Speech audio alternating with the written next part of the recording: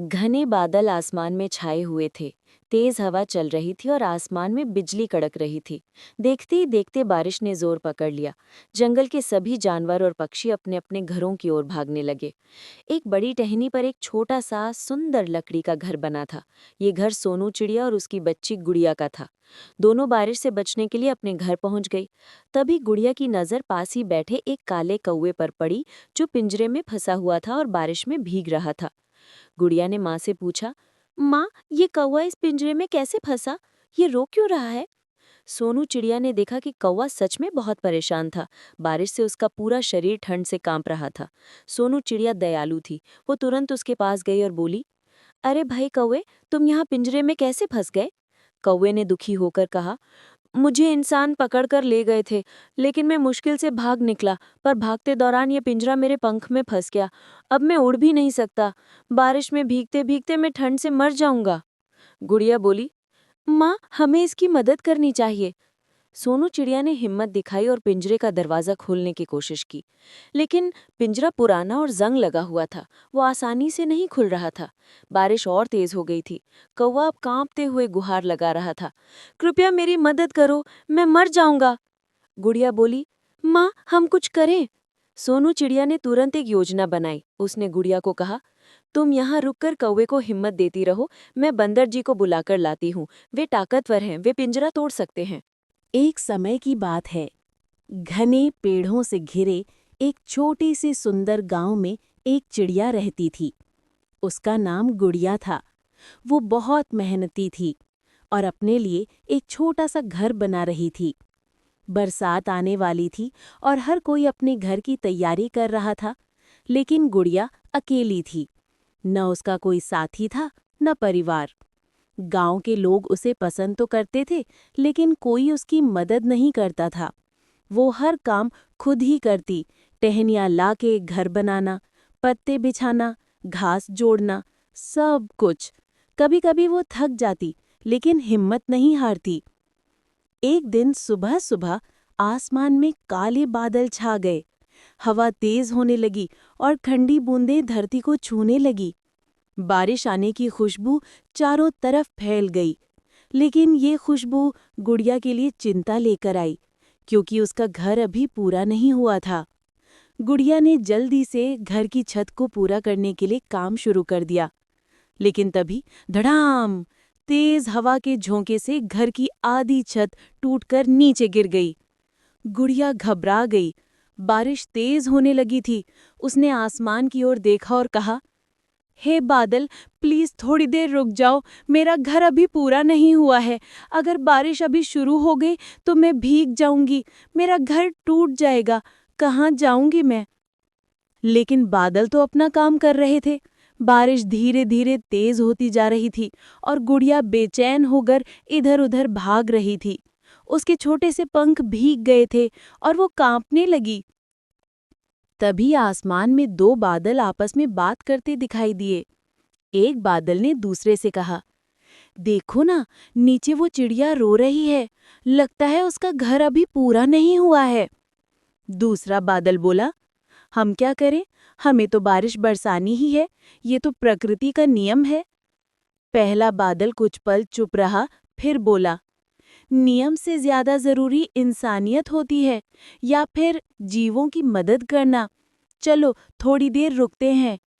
और अचानक बारिश थम गई। गुड़िया ने चौंककर आसमान की ओर देखा। वो समझ नहीं पाई कि अभी क्या हुआ। हरे भरे पहाड़ों और गहरे जंगलों के बीच एक बहुत सुंदर पेड़ खड़ा था। उसी पेड़ की ऊंची शाख पर एक चिड़िया अपने दो नन्हे बच्चों के साथ रहती थी।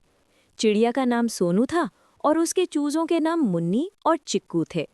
तीनों एक छोटे से घोंसले में खुशहाल जीवन बिता रहे थे। एक दिन मौसम अचानक बदल गया। आसमान पर काले बादल छा गए, हवा तेज होने लगी और पेड़ों की डालियां हिलने लगीं। तभी धड़ धड़ धड़ की आवाज के साथ बिजली कड़क उठी। बच्चों ने डरकर पंख समेट लिए। मुन्नी घबराकर बोली, माँ, बाहर क्या हो रहा है? ये आवाज कौन कर रहा है? सोनू ने बच्चों को सीने से लगाते हुए कहा, डरो मत बच्चों, ये बारिश का मौसम है। बादल आते हैं, बिजली चमकती है, फिर बरसात होती है। लेकिन तभी तेज बारिश शुरू हो गई। बारिश की बूंदें बड़ी बड़ी और जोर से गिर रही थीं। छोटा सा घोंसला कांपने लगा। हवा इतनी तेज थी कि घोंसले की छत उखड़ने लगी। सोनू तुरंत अपने पंख फैलाकर अपने बच्चों को ढक लेती है। बारिश उसके ऊपर बरस रही थी, लेकिन वो एक माँ थी। उसे अपने बच्चों की चिंता थी, खुद की नहीं। आसमान में बादलों की बैठक चल रही थी। 3 बड़े बादल आपस में बात कर रहे थे। पहला बादल गुस्से में, सबको बारिश चाहिए थी, अब लो बारिश, अब हम रुकने वाले नहीं। दूसरा बादल घमंडी स्वर में, जो भी सामने आएगा उसे भीगना ही पड़ेगा। तीसरा बादल थोड़ा नरम दिल, लेकिन नीचे उस पेड़ पर एक चिड़िया अपने बच्चों को बचा रही है, क्या हम थोड़ा कम नहीं बरस सकते? पहला बादल चिल्लाया, चुप, हम बादल हैं, दया दिखाना हमारा काम नहीं।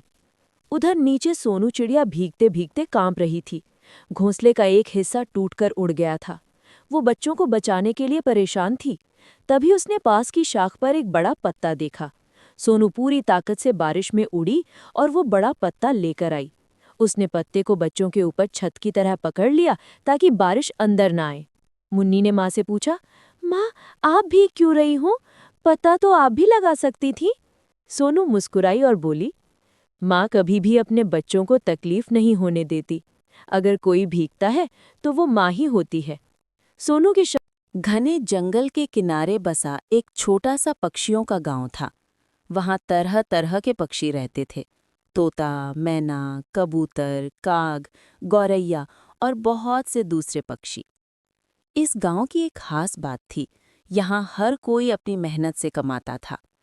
इसी गांव में एक नीले रंग की चिड़िया रहती थी जिसका नाम सुहानी था। सुहानी बहुत मेहनती थी। वो गांव में एक पाव भाजी की छोटी सी दुकान चलाती थी। उसकी दुकान जंगल के रास्ते पर एक बड़े पेड़ के नीचे थी। दूर दूर से पक्षी उसकी पाव भाजी खाने आते थे। उसके खाने की खुशबू इतनी लाजवाब होती थी कि भूखे को भी तृप्ति मिल जाती थी। लेकिन सुहानी सिर्फ मेहनती ही नहीं, दया की मूर्ति भी थी। अगर कोई गरीब या अनाथ पक्षी उसकी दुकान पर आता तो सुहानी उसे बिना पैसे के खाना दे देती। एक दिन एक बूढ़ा घायल कबूतर उसकी दुकान पर आया। वो भूखा था और बहुत कमजोर। सुहानी ने तुरंत उसकी मदद की, उसे खाना खिलाया और दवा दी। लेकिन ये बात गांव के कुछ लालची और जलनखोर पक्षियों को पसंद नहीं आई, खासकर काले कौवे कालू को। कालू हमेशा सुहानी की सफलता से जलता था। वो सोचता था, ये सुहानी इतनी मशहूर कैसे हो गई? सब इसके ही पाव भाजी की तारीफ क्यों करते हैं? मैं इसको नष्ट कर दूंगा। उसी रात कालू ने अपने कुछ साथियों के साथ मिलकर सुहानी के दुकान में आग लगा दी। सब कुछ जलकर राख हो गया। सुहानी की मेहनत, उसका सामान, दुकान सब खत्म। जिंदगी ने लिया क्रूर मोड़। जब सुहानी सुबह पहुंची और अपनी जल चुकी दुकान देखी, उसकी आंखों में आंसू थे। गांव के कई पक्षी वहां खड़े थे, लेकिन कोई मदद के लिए आगे नहीं आया। सब सिर्फ तमाशा देख रहे थे। लेकिन सच में तकलीफ तब हुई जब उसकी सबसे बड़ी दोस्त चंपा चिड़िया ने भी उससे दूरी बना ली। चंपा ने कहा, सुहानी, अब तुम्हारी किस्मत खराब हो गई है। लोग कहते हैं तुम्हारी दुकान अपशगुनी थी। अब मैं तुम्हारा साथ नहीं दे सकती। ये सुनकर सुहानी टूट गई। उसने आसमान की ओर देखा और कहा, हे भगवान, मैंने किसी का बुरा नहीं किया, फिर मेरे साथ ऐसा क्यों? लेकिन किस्मत को जैसे उसकी परीक्षा लेनी थी। दुकान जलने के 2 दिन बाद सुहानी खाने की तलाश में जंगल में गई। बारिश हो रही थी, रास्ता फिसलन भरा था। अचानक वो पहाड़ी रास्ते से फिसली और गहरी खाई में गिर पड़ी।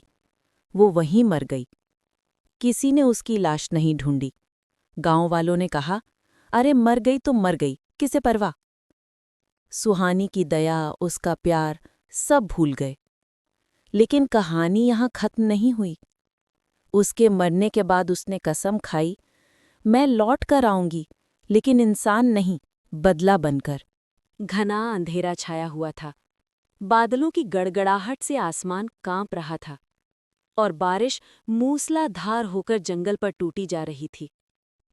पेड़ों पर बैठे पक्षी अपने अपने घोंसलों में सिमटकर बारिश से बच रहे थे। लेकिन उस रात एक घोंसला ऐसा भी था जहां एक माँ अपने बच्चों की जान बचाने की कोशिश में खुद भीग रही थी। वो माँ थी गौरी चिड़िया, पीले रंग की, दयालु और संघर्षशील। उसका एक ही बच्चा था, चिंकी, जिसकी उम्र बहुत छोटी थी। वो अभी उड़ भी नहीं सकती थी।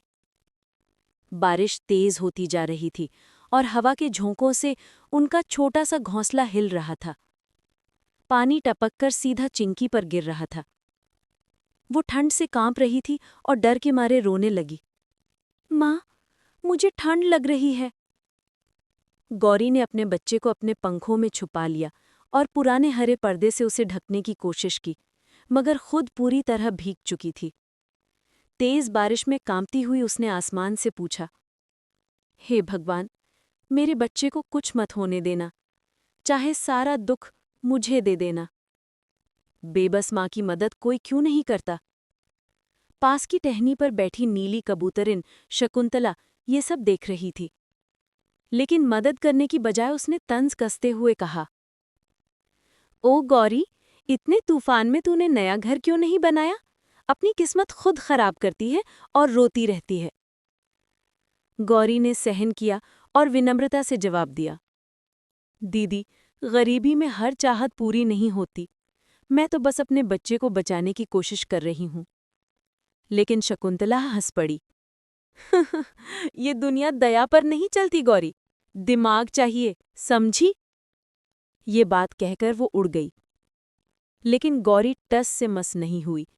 उसने अपने बच्चे को सीने से लगा लिया और ठंडी बारिश में खुद भीगती रही, मगर चिंकी को भीगने नहीं दिया।